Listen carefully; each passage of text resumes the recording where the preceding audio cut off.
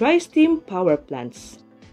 Dry steam power plants extract steam directly from the Earth's depths, utilizing it to spin turbines for electricity generation. These plants are relatively rare due to the limited availability of locations producing dry steam. The first dry steam plant was constructed in Tuscany, Italy in 1904. Among the three types of geothermal power plants, dry steam requires the highest temperature to convert water to steam and drive turbines. Despite this, it uses minimal liquid water, hence the term dry steam. This is how dry steam power plants work. The process begins with drilling wells deep into the earth to access the steam. Once brought to the surface, the high-pressure steam drives turbines connected to generators, producing electricity.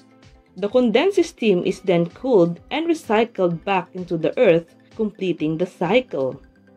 Despite requiring the highest temperature among geothermal plant types, dry steam plants operate efficiently with minimal water usage. Flash steam power plants.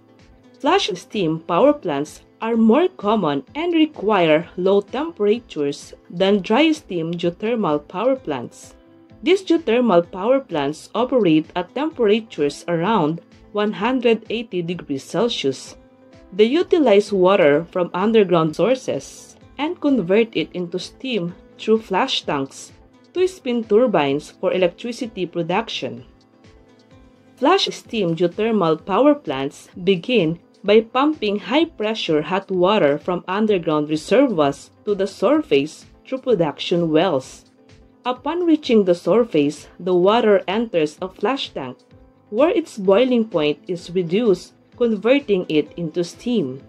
This steam is then used to spin turbines connected to generators, generating electricity.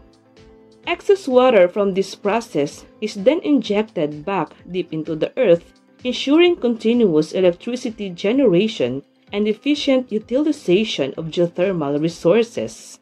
Binary cycle power plants.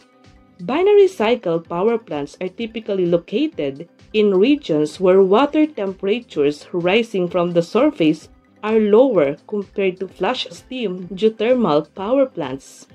They function by utilizing pentane or isobutane as secondary fluids known for their low boiling temperatures.